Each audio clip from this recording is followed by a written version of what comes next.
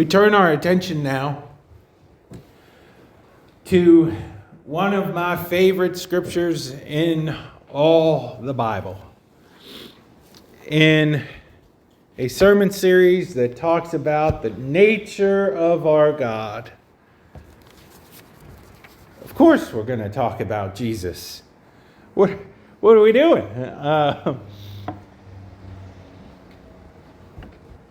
But when posed with this sermon series, it became pretty clear that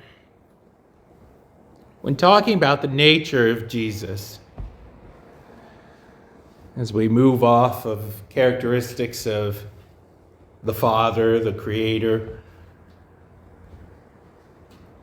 that branch of our triune God, we shifted our focus upon Jesus. I could not think of a better place to describe in awe and wonder the nature of Jesus than John 1 through 14.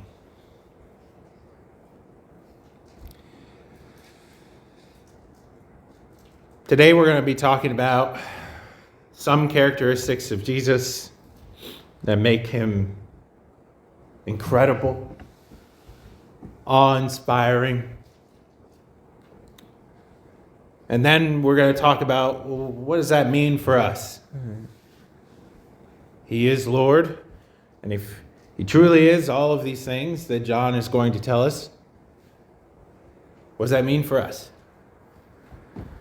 I can't wait to take you on that journey today. But before we do, I want to ask if you will please pray with me.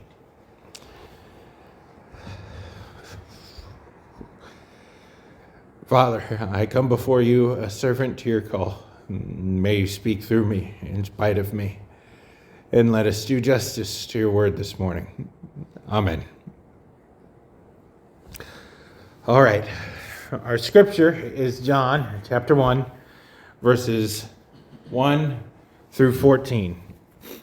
It's a very familiar text, I'm sure, to all of you, because I use it all the time. It is one of my favorite places to go in the Bible, and I'd like to share it with you today. In the beginning was the Word, and the Word was with God, and the Word was God. He was in the beginning with God. All things were made through him. Without him, there was not anything made that was made. In him was life, and the life was the light of men. The light shines in the darkness, and the darkness has not overcome it. There was a man sent from God, whose name was John. He came as a witness to bear witness about the light, all that might believe through him. He was not the light, but came to bear witness about the light. The true light, which gives light to everyone, was coming into the world. He was in the world, and the world was made through him, yet the world did not know him. He came to his own, and his own people did not receive him. But all who did receive him, who believed in his name, he gave the right to become children of God, who were born not of blood, nor of the will of the flesh, nor of the will of man, but of God. And the Word became flesh and dwelt among us. And we have seen his glory, glory as of the only Son from the Father, full of grace and truth.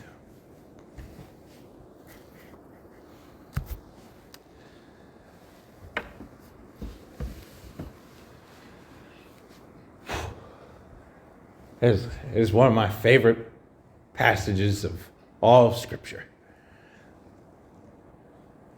And I like it because it sounds like the beginning of an epic. How many of you have ever seen Star Wars movies? Come on, admit it. All of us are nerds. How does a Star Wars movie start? Sort of. Vicky goes in the beginning, like sort of. A long, long time ago in a galaxy far, far away. Well, how's that normally presented? Do you remember? Yeah, the words on the screen telling the backstory of space geopolitical debates and what the good guys are up to and what the bad guys are up to. And if you have it on VHS, you're good. You just stand up and you press the rewind and you watch the words go, and then you press play and then they start scrolling again.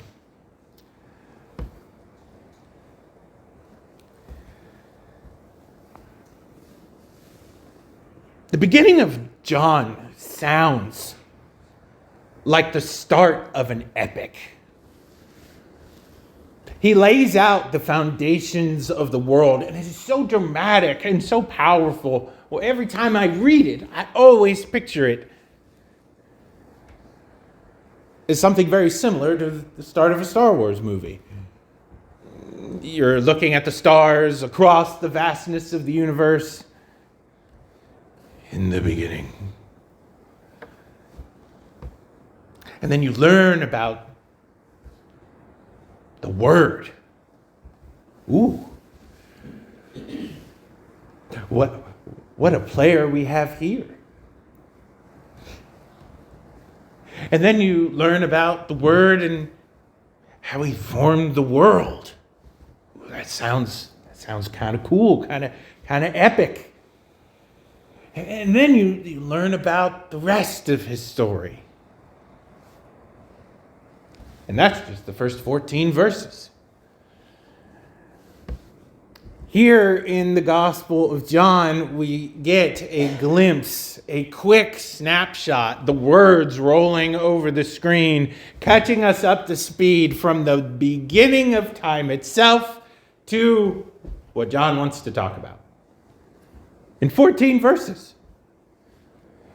Now, all of you should find that very impressive.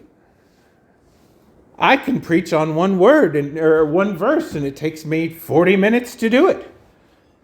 John recaps the totality of time up until his very moment in 14 verses.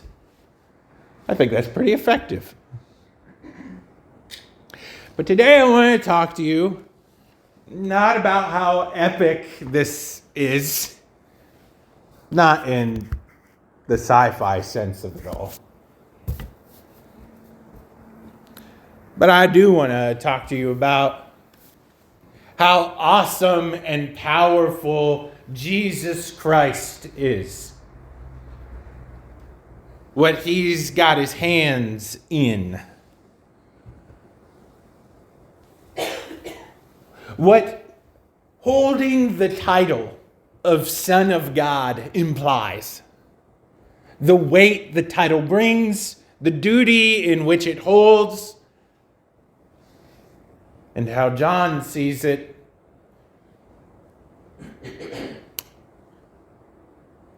as the very knitting of our story. The thing that holds it all together. I'm going to, this morning, hold your hand, walk you through this scripture, and talk to you about many attributes of Jesus. We're going to walk patiently through this text,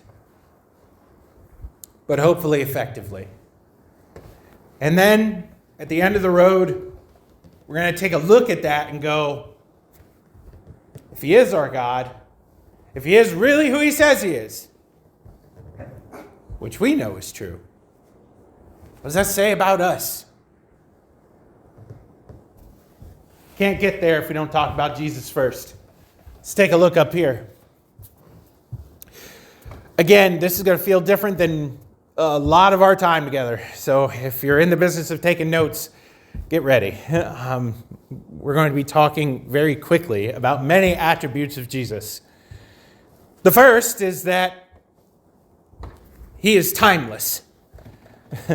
We get here a glimpse from John that we get really nowhere else. That the Son of God, this Jesus Christ, who, walked the earth, dined with sinners, walked on water, performed miracles. That guy. He's timeless. He was in the beginning. I didn't really read about Jesus when I opened up Genesis 1. But here, John gets this inspired word, and he's going to make sure that, hey, this nugget about our Godhead has to be made known.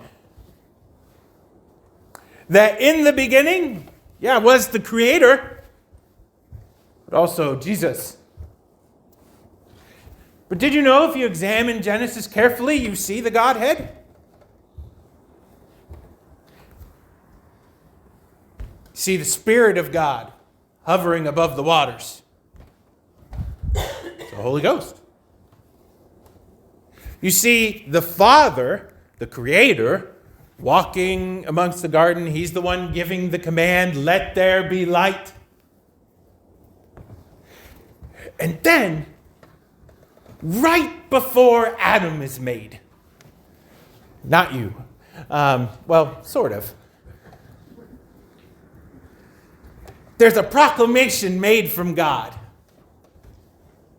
Let us make man in our own image.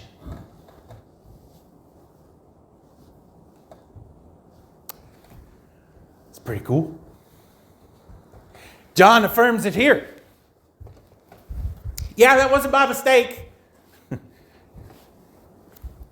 The Creator has the Spirit, which is a part of himself, and the Son, which is also God, and they're all chilling together. And yes, they are an active part of our creation. So yes, of course, he's timeless in the beginning. And then he backs it up by saying, yes, he was with God. But the second awesome power that comes with the title of Jesus is he is the Word.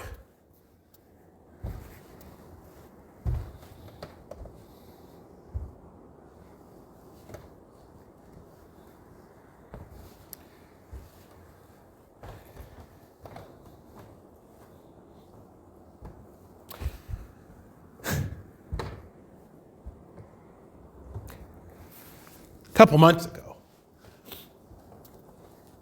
I was doing some research on the names of God.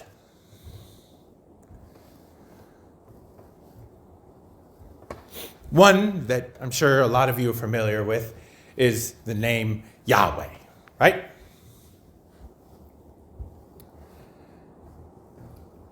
There's many scriptures that imply, especially within the Old Testament, a lot of it's found within the Psalms, that talk about the name of the Lord being upon my lips. That God is a spoken word, a breath away. I want you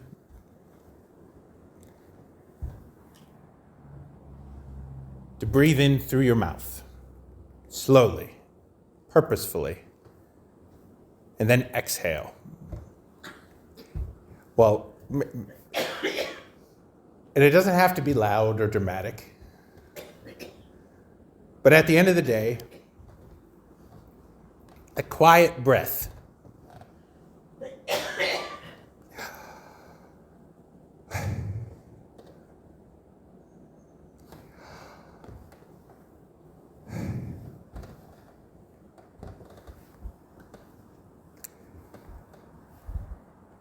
sounds an awful lot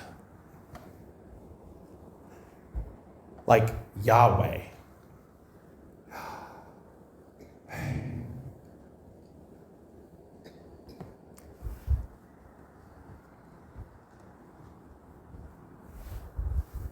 It's no coincidence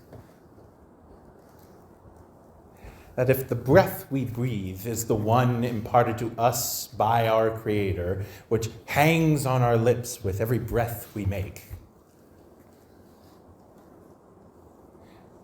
then the words in which we speak come out of that breath is also an extension of our God.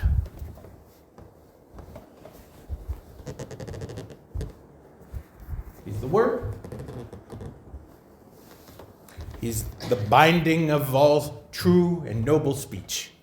Because, well, the other part of the Godhead made sure that we're made in His image. After Genesis 3, it gets cracked a little bit. But the echoes of that beautiful relationship, as we talked about a few weeks ago with the potter and his clay, is still there. Jesus is the Word.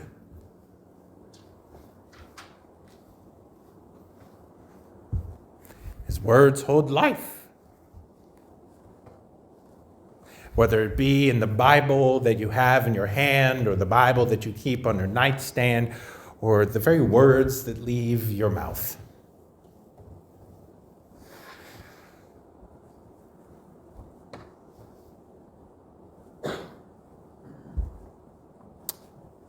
He holds it all together.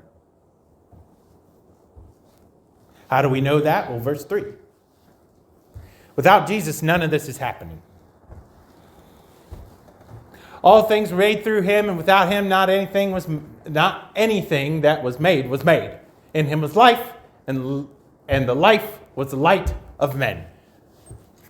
Another cool takeaway we get from who Jesus is: he's the heartbeat of creation. He's our light switch. He's the thing that keeps us going.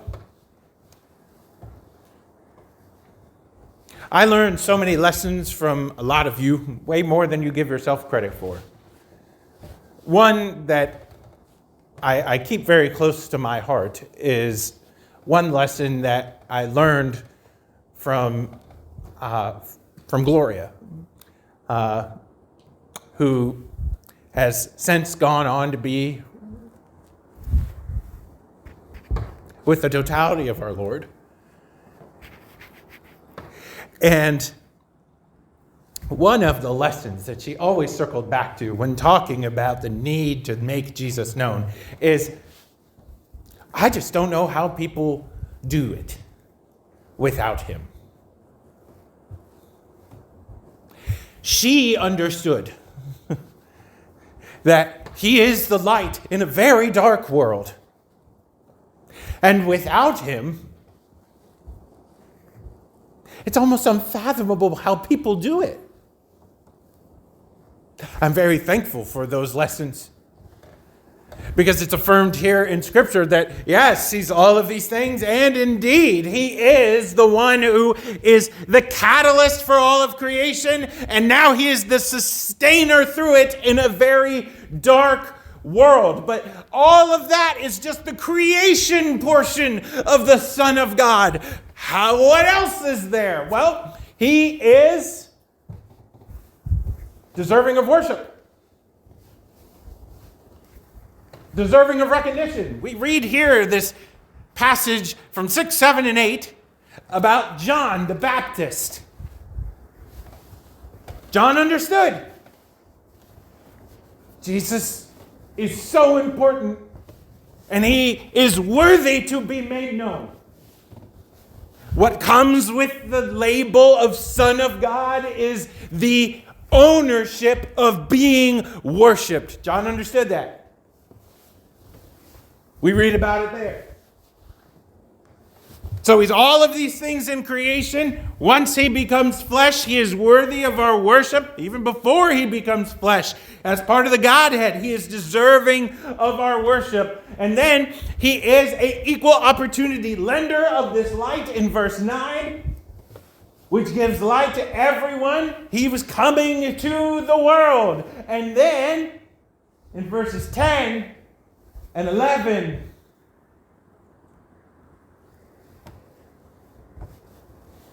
is the most heartbreaking reality of the nature of Jesus.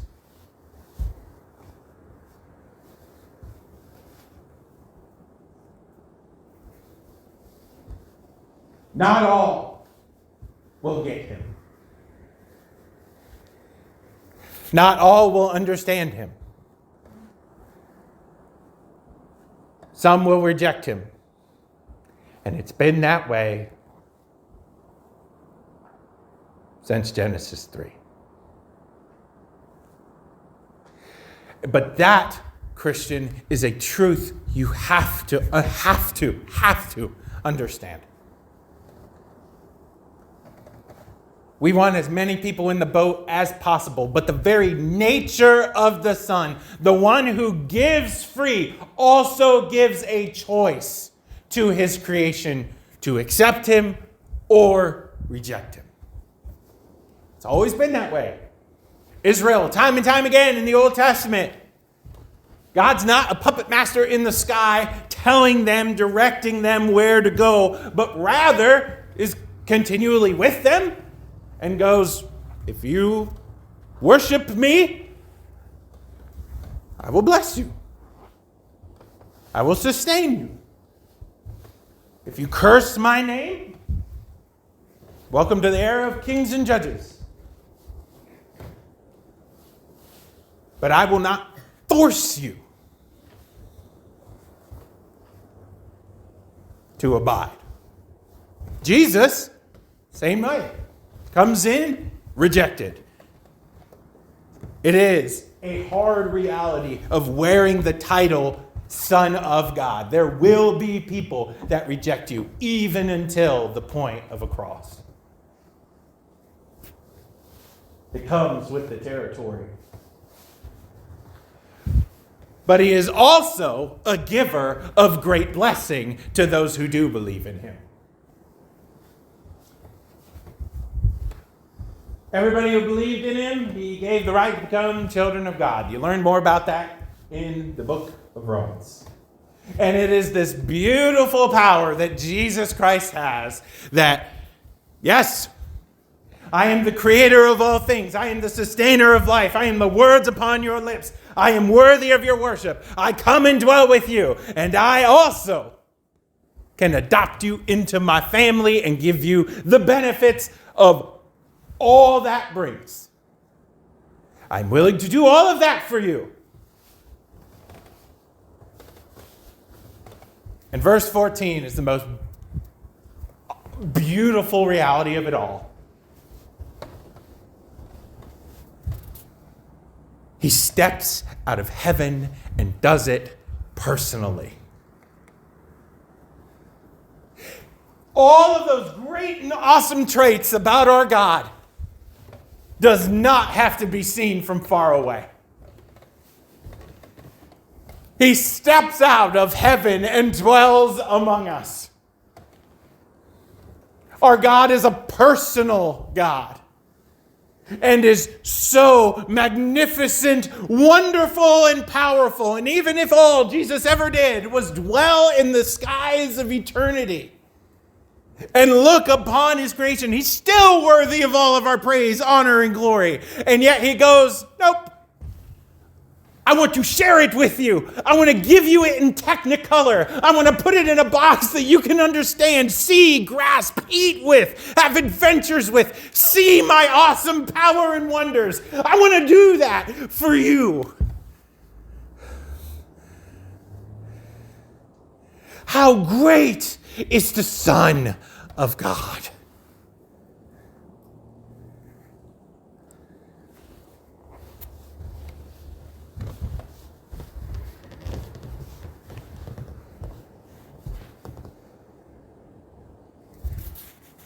what does it mean for us? If all of those things about the nature of the Son are as true and magnificent and vibrant as John paints them to be, what does it say about us?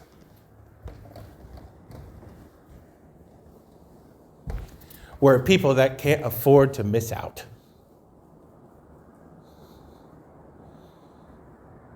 Everyone is deserving to know of the Son of God. For as awesome and powerful and as mighty as he is, who are we to turn off the opening credits of this awesome epic before anybody gets to read it? The world deserves to know his name and everything that comes with it. We need him. We cannot afford to live this life without him. And now that we are people in the know, we must share it. Proclaim it well. The truths of Christ you do know,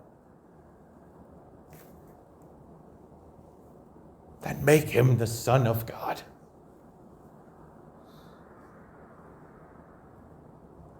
I pray that there's many opportunities in your life, the rest of the day and throughout the week, that you can share with others just how epic Jesus truly is. What a story to tell. This is God's word for God's people. Amen.